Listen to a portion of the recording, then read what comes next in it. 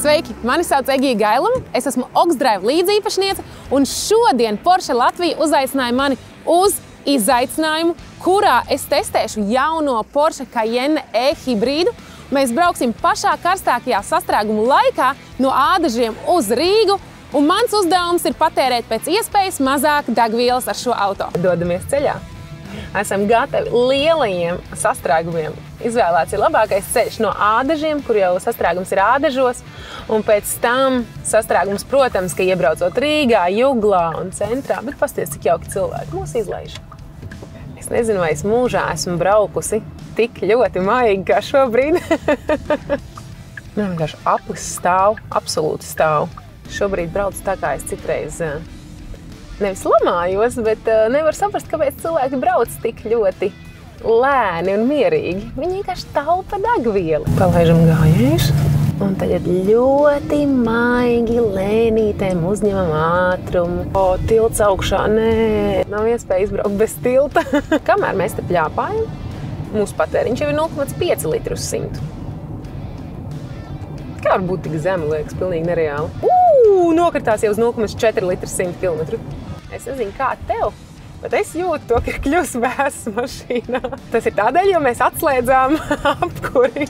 Ka ja nu tomēr tas kaut vai par 0,01 litru ietekmē, un tas tevi šķir no uzvaras, tad, diemžēl, būs jāpacieš. Kā juvelierim jāapstrādā dimants, tā man ir jāapstrādā gāzes un bremzes pedālis. Man patīk Cayenne.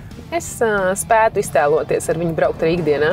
Ielaida paldies, kur ir mūsu paldies poga. Man patīk, ka avārijas uguņus mēs saucam par paldies pogu, nevis par avārijas uguņiem. Zin kā?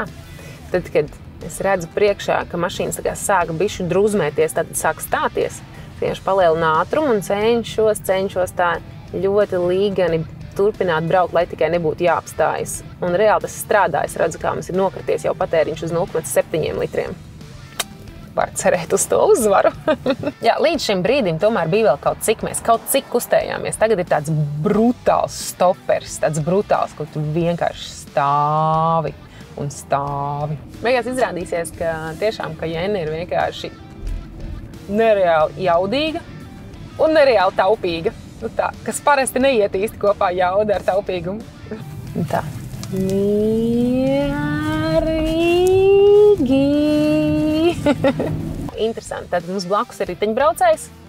Un ņemot vērā manus tempus un ātrumus šodien un uzrāvienus, paskatīsimies, kas būs ātrāks. Es vai riteņbraucējs? Dzeltenais, zaļais un tā, riteņbraucējs izraujās vadībā, bet tomēr sorry, bet ar visiem 0,5 litriem 100 km mēs apdzinām riteņbraucēju uz Čaka ielas. Tātad mēs esam uz 13. janvāra ielas, un man ir 0,4 litri.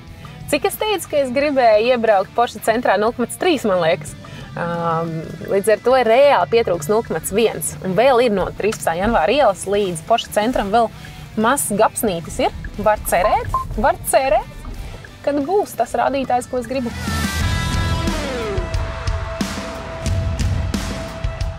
Nenormāli jautri. Man ļoti patika. Bija tik mīksti braukt, tik patīkami bija braukt. Tiešām tas ir fantastisks auto. Un mēs atbraucām ar 0,4 litriem 100 km vidējo patēriņu.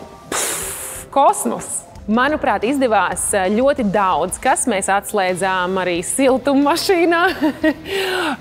Bija ļoti labi. Mēs pat sastrēgumos pamanījāmies braukt ar kaut kādiem 0,6, 0,9 litriem uz 100 km.